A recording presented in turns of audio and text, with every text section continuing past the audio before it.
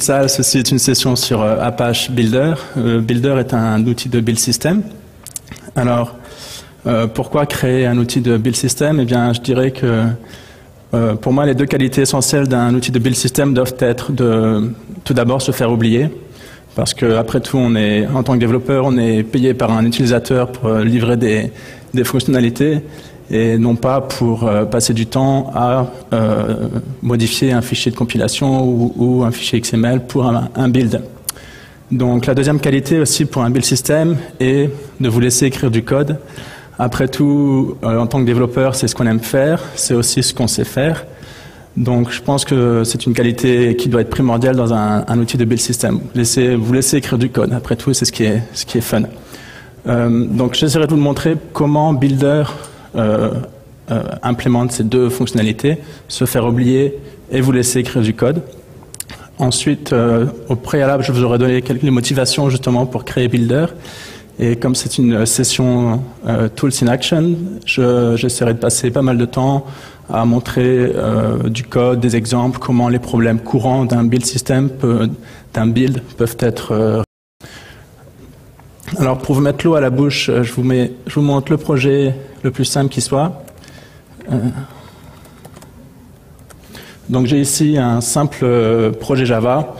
Comme vous pouvez le voir, c'est la structure Maven classique. On a des sources Java, des tests. Pour compiler ce projet, le projet Builder le plus simple est le suivant. On définit juste un nom, une version. En guise d'exemple, je vous ai mis une dépendance vers Log4j. Et on définit le type de packaging qui va être produit. Ça peut être un jar, ça peut être un war, ça peut être un zip ou autre. Donc c'est vraiment ici la description minimale d'un projet avec Builder. On verra au cours de la présentation comment, à partir de cela, on peut supporter plusieurs modules, plus de configurations, etc.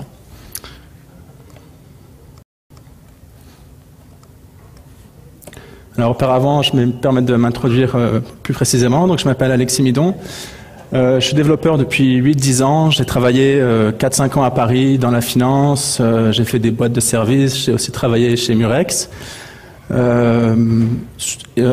Toujours côté serveur en fait. Je suis peu familier avec le client, mais les problématiques serveurs, je connais mieux. Je travaille aujourd'hui pour une société qui s'appelle C3. Le but de C3 est de proposer un outil SaaS, donc en ligne, pour les entreprises moyennes et grosses, de manière à ce qu'elles puissent économiser de l'argent sur leur facture d'énergie. Donc quand vous êtes Leclerc ou Carrefour, vous avez des dizaines de camions, des dizaines de réfrigérateurs, et la contrainte économique de l'énergie, ainsi que la contrainte légale de l'énergie, fait qu'il y a un nouveau marché pour l'optimisation des factures d'énergie. Donc on a un modèle plateforme avec des applications développées dessus en Java et JavaScript. Je vis depuis maintenant 5 ans à San Francisco. Et si vous passez par là, faites-moi signe, je vous emmènerai faire un tour sous le Golden Gate, c'est ma passion. Voilà, je fais beaucoup de Java, de plus en plus de JavaScript, même côté serveur. Ruby est mon langage de scripting que j'utilise toutes les semaines. Et Scala, tout doucement, qui vient. Mais JavaScript semble être une valeur plus sûre. J'utilise Builder tous les jours. Ça fait 4 ans maintenant que Builder est mon outil de build favori. Et j'ai pas l'intention de changer. Donc revenons-en à Builder. Tout d'abord, pourquoi créer Builder? On avait déjà Maven, on avait déjà Make, on avait déjà Ant. À l'époque, je travaillais dans une boîte qui s'appelait Intalio.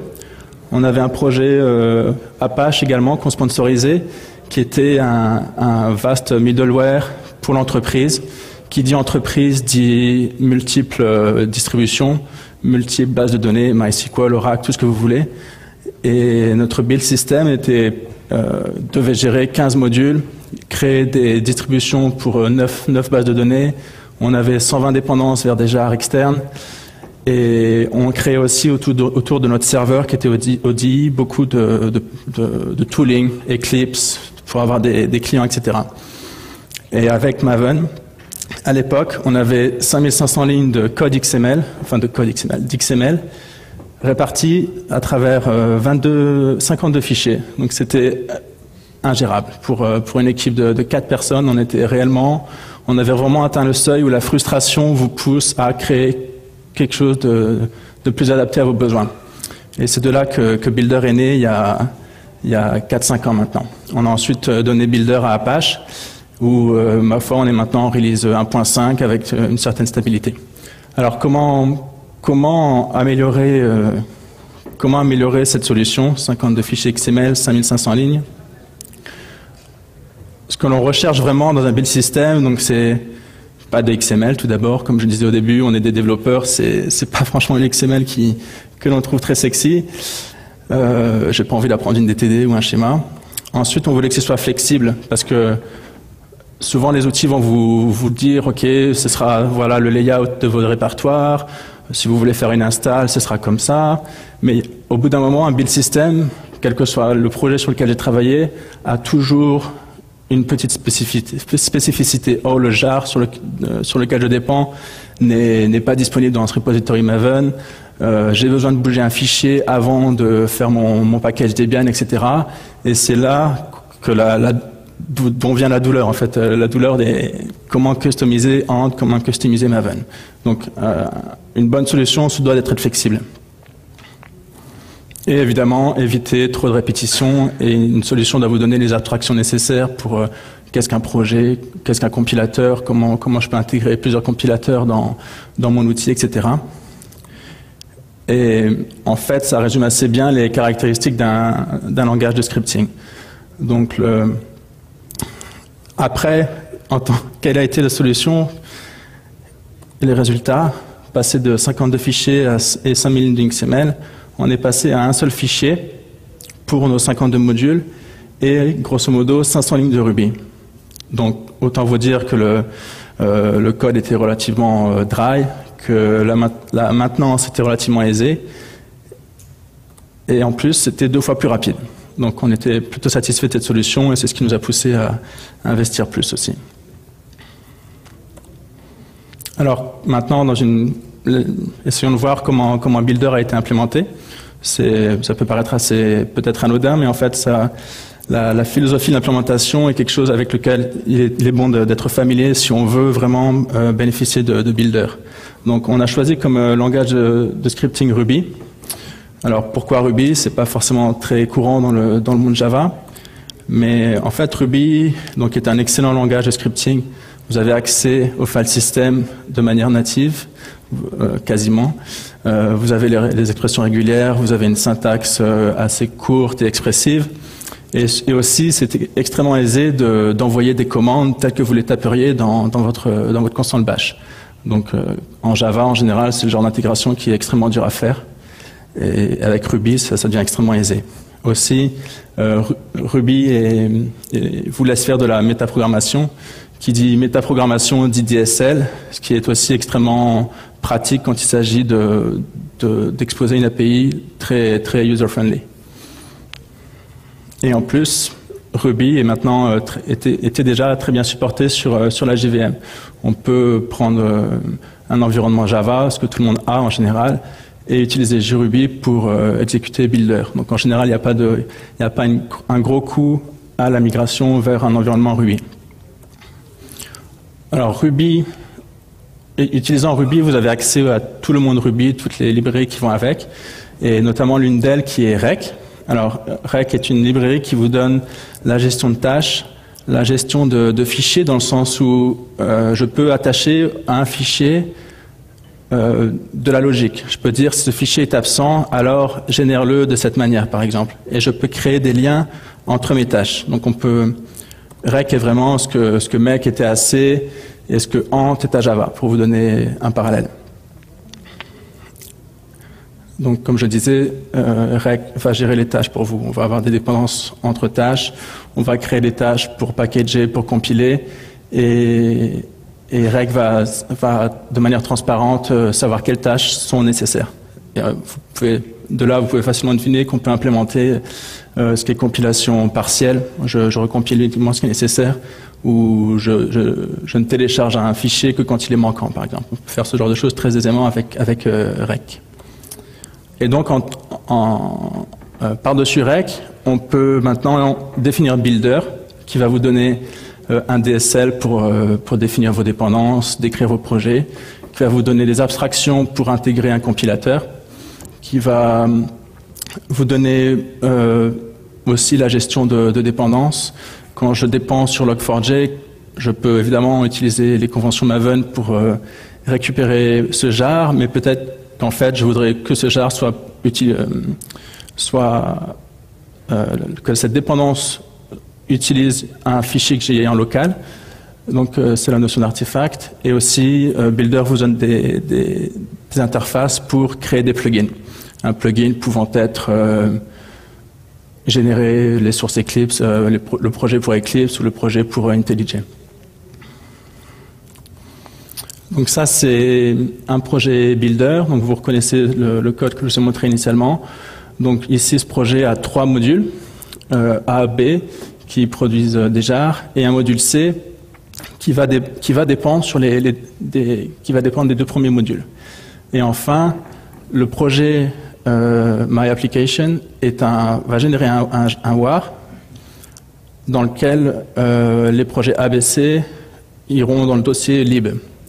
Donc ici, la notion de packaging vous laisse, en réutilisant mon objet WAR ou mon objet jar, l'API Builder vous laisse décrire qu'est-ce qui doit être inclus dans le package. Alors, il y aura évidemment des valeurs par défaut intuitives, mais quand il s'agit de customiser, les API sont là pour vous donner plus de liberté. Donc un projet parent peut définir des propriétés que les sous-projets A, B et C, dans ce cas présent, réutiliseront. Donc par exemple, typiquement, la version sera renseignée une seule fois tout en haut et tous les sous-projets en hériteront. De même pour la version Java et un tas d'autres propriétés. Comme on a vu au début, là, on reprend les bonnes choses de Maven, en fait. La structure des répertoires, par exemple. Vous pouvez migrer un projet Maven facilement sans bouger vos sources dans tous les sens. Et aussi, il faut savoir que, comme je disais, cette philosophie de vous laisser customiser fait que Builder vous laisse définir des profils où vous allez dire mes sources ne sont pas en fait dans source main Java, mais dans source Java. Et vous pouvez faire cela à partir d'un profil sans avoir à changer le build file, par exemple. Alors, donc Builder, réutilisant rec, vous donne des tâches. Là, à nouveau, vous allez reconnaître ce que fait Maven, ce que fait Ant. Clean, vous avez une tâche par défaut qui fera le build, qui fera la compilation et le test. Alors, je vais vous décrire un peu plus peut-être les fonctionnalités qui proviennent autour de la gestion de dépendance et des répertoires. Donc, on peut dire mon artefact, ma dépendance est sur mon disque et non pas sur un repository lointain. Et ce qui était à l'époque plutôt épatant parce que c'est quelque chose d'impossible à faire, enfin qui était extrêmement dur à faire avec Maven. Maven vous forçait à avoir un remote repository quelque part, et dans tous les cas, la plupart du temps, vous deviez implémenter votre propre Maven repository quelque part dans la société. Donc c'était assez galère. Donc par défaut, on va réutiliser les conventions Maven, et vous pouvez facilement vous intégrer avec Ivy ou Ether, ou éventuellement réutiliser les abstractions de plugins pour définir votre propre mécanisme de dépendance.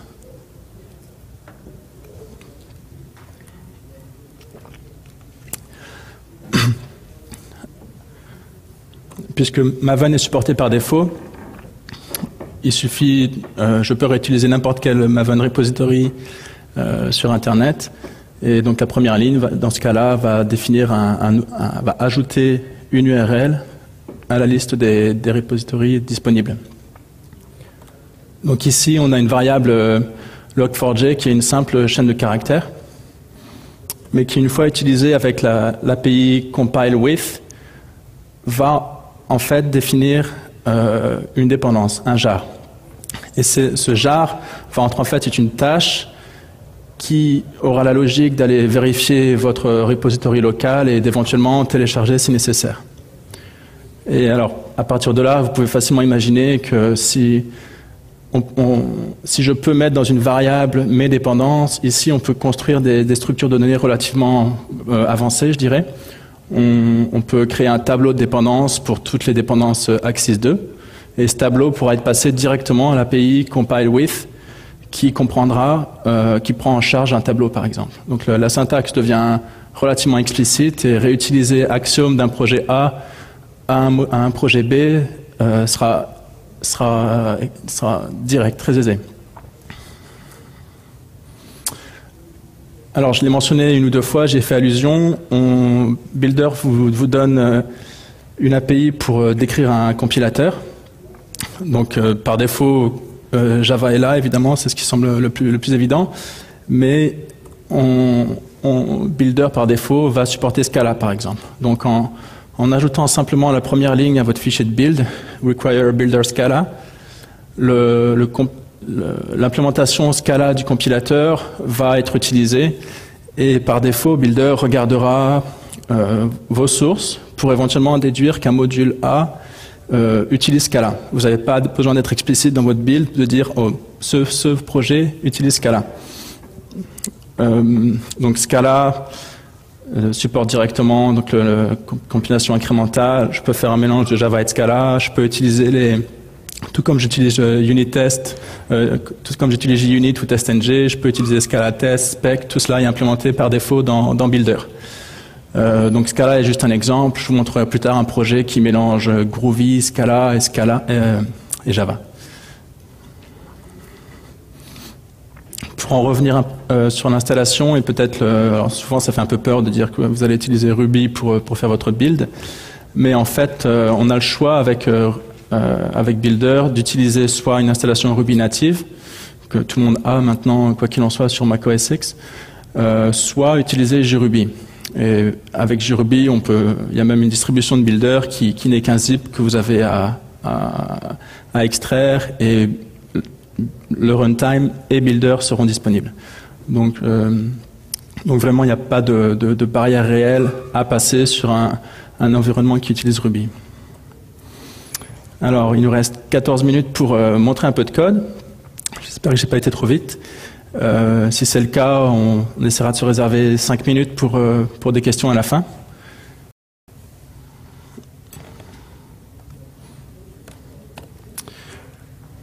Donc, partons de ce projet extra simple et essayons d'ajouter plusieurs modules. Ou peut-être tout d'abord, laissez-moi vous montrer comment on peut enrichir la définition d'un artefact. Donc ici, si je me souviens bien,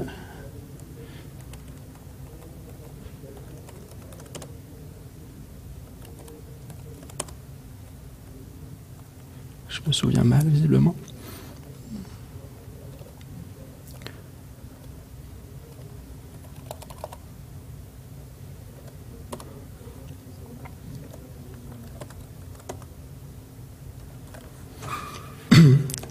Donc j'ai maintenant ajouté, j'ai un répertoire Git qui me permet de tricher un peu et de ne pas avoir tapé tout le code.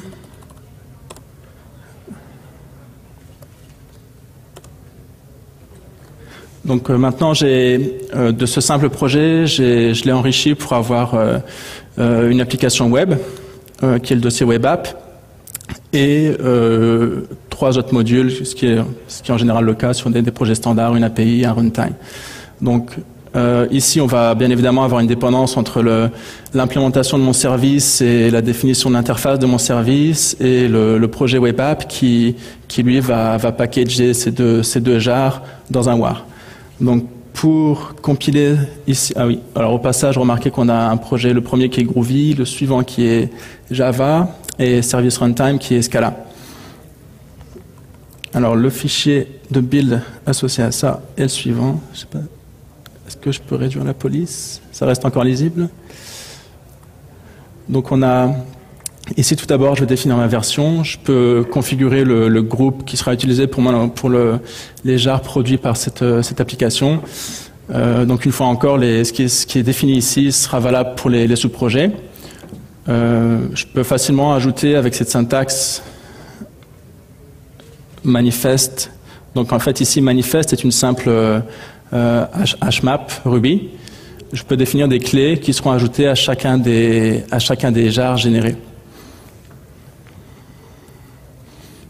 Je définis donc un projet service API qui n'a aucune dépendance dans le cas présent, et un projet service runtime qui va dépendre du premier et de Log4j.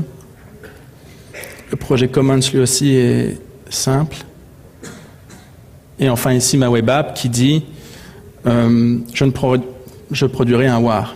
Donc puisque c'est un war, l'implémentation de la classe package sera spécialisée pour le war. C'est-à-dire que cet objet package ici a connaissance qu'un war a un dossier lib, va avoir un manifeste, etc. Builder supporte des bundles OSGI, supporte les jars, les wars, supporte les EAR de Java EE aussi. Et chacune de ces implémentations vous donne les caractéristiques de ces packages. Alors, on peut essayer d'exécuter ça maintenant.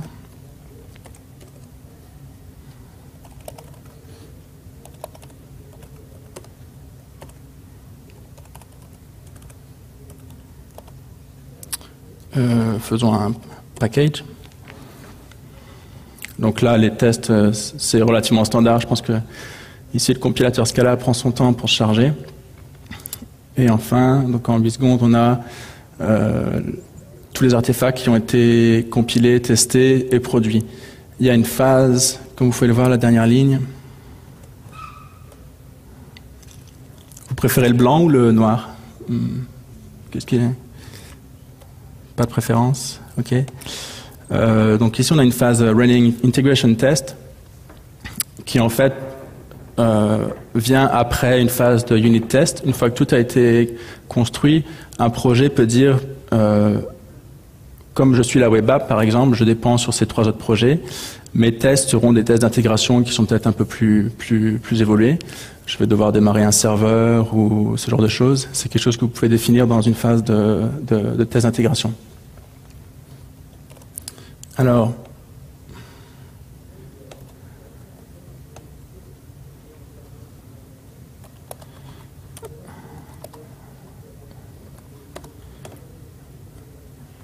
hop, je vais zapper.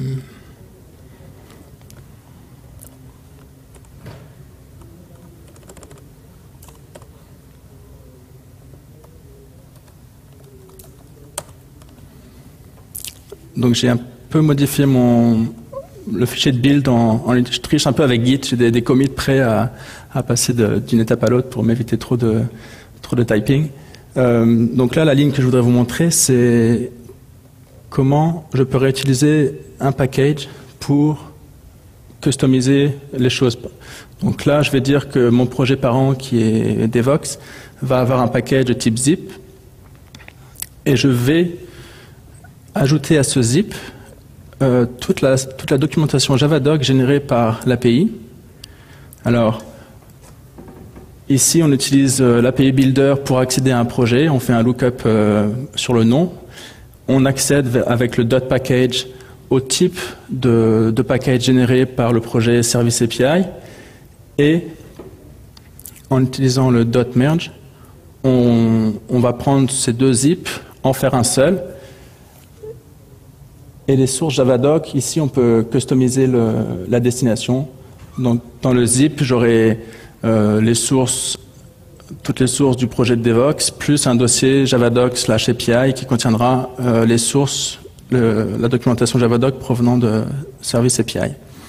Alors ici, la Javadoc est générée de cette manière. La Javadoc n'est autre qu'un autre type de package. Et il suffit d'ajouter package :Javadoc. On peut vérifier ça.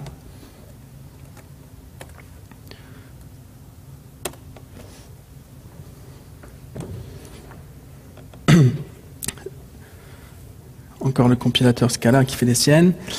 Je vais aller dans le dossier de mon projet. Donc on retrouve la nomenclature Maven avec un répertoire target par défaut. J'ai un zip, donc qui était bien le type de package que l'on avait choisi pour le projet parent. Et dans ce zip, j'ai un dossier Javadoc, un dossier API qui contient toute la Javadoc générée par mon module Service API.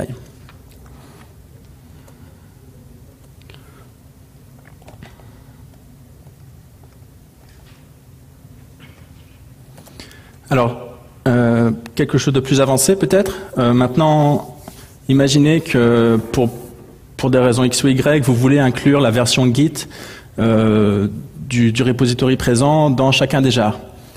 Alors, comme je disais initialement,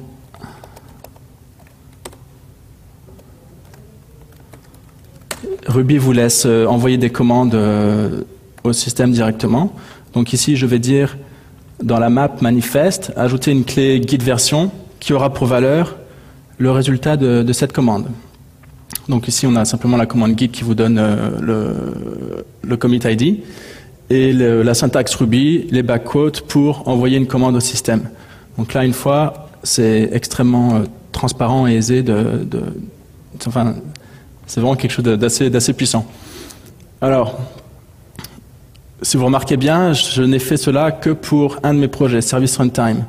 Bien souvent, vos projets vont partager les mêmes caractéristiques. Vous voudrez cette version Git dans chacun des projets utilisée dans le bit file.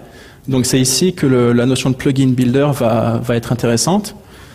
Alors, dans cette étape suivante, je vais créer un plugin builder qui ajoutera cette version à tous les jars.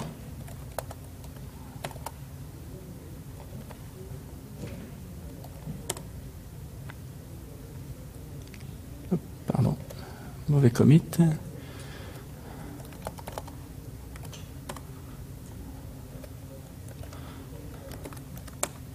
Alors, qu'est-ce qu'on remarque ici? Je reviens à mon build file initial.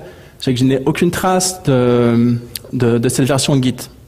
Ce qui s'est passé, en fait, c'est que ce qui s'est passé, c'est qu'en utilisant le metaprogramming Ruby, je peux ouvrir la classe projet et dire à l'étape de packaging, ajoute ma version Git à tous les jars. Alors, ceci est décrit dans ce fichier-là.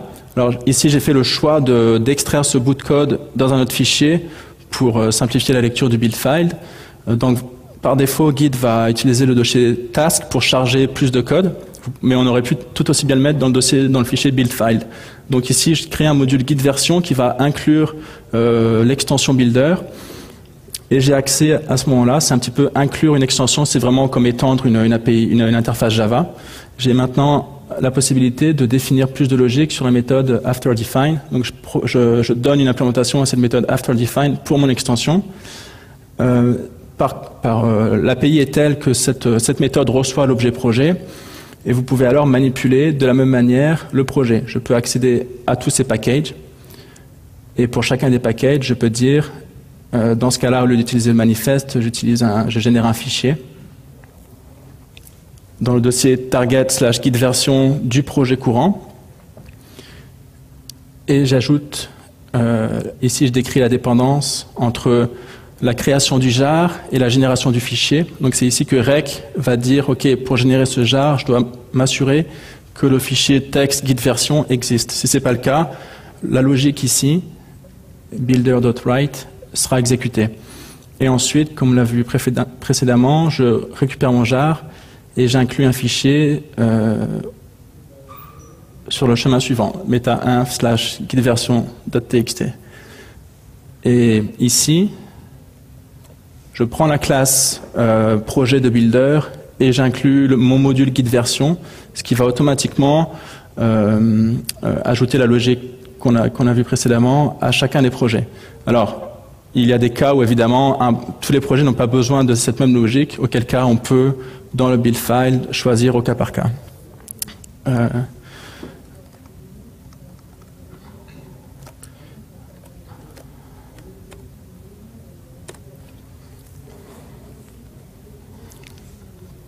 Pour vous montrer que je ne vous ai pas menti.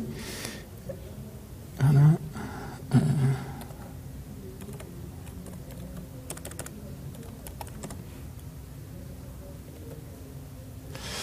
Donc ici, pour le projet parent, dans le dossier target, on a bien un fichier guide version qui contient le commit ID.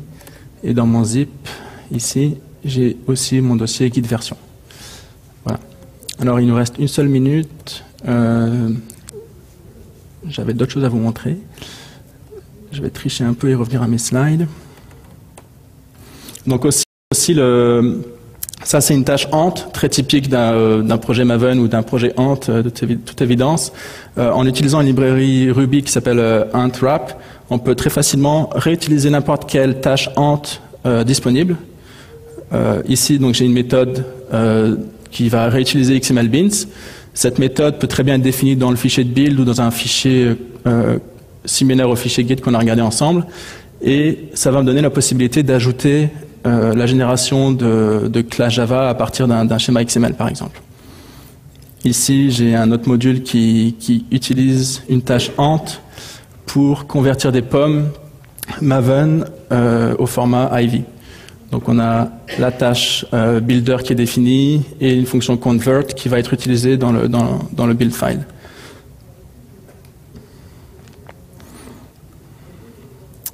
Alors ici, je vous parlais des 9 bases de données qu'on avait à l'époque sur ODI. C'est comme ça qu'on a résolu ce problème qui était de générer des schémas SQL pour 9 bases de données. On a un simple tableau sur lequel on applique une logique similaire et on laisse la tâche Ant d'OpenGPA faire la génération.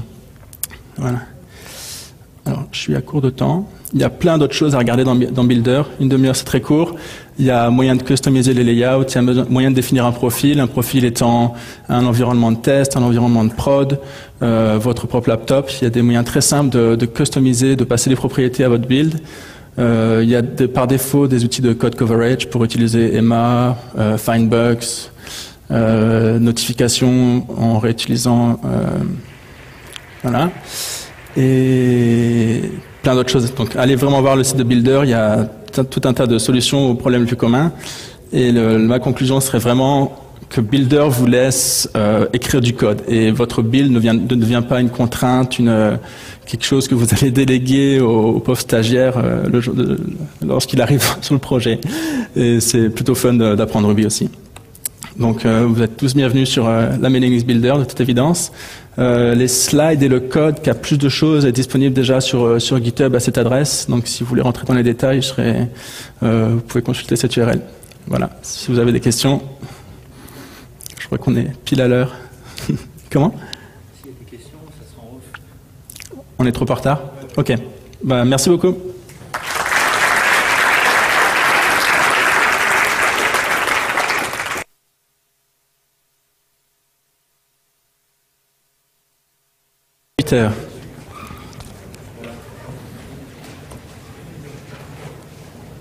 Regardez dans Builder, une demi-heure c'est très court. Il y a moyen de customiser les layouts, il y a moyen de définir un profil étant un environnement de test, un environnement de prod, votre propre laptop. Il y a des moyens très simples de customiser, de passer les propriétés à votre build. Il y a par défaut des outils de code coverage pour utiliser Emma, Findbugs, notification en réutilisant... voilà. Et plein d'autres choses. Donc, allez vraiment voir le site de Builder. Il y a tout un tas de solutions aux problèmes les plus communs. Et ma conclusion serait vraiment que Builder vous laisse écrire du code. Et votre build ne devient pas une contrainte, quelque chose que vous allez déléguer au pauvre stagiaire lorsqu'il arrive sur le projet. Et c'est plutôt fun d'apprendre Ruby aussi. Donc, vous êtes tous bienvenus sur la mailing list Builder, de toute évidence. Les slides et le code qui a plus de choses est disponible déjà sur GitHub à cette adresse. Donc, si vous voulez rentrer dans les détails, vous pouvez consulter cette URL. Voilà. Si vous avez des questions, je crois qu'on est pile à l'heure. Comment? S'il y a des questions, ça sera en off. On est trop en retard? Ok. Bah, merci beaucoup.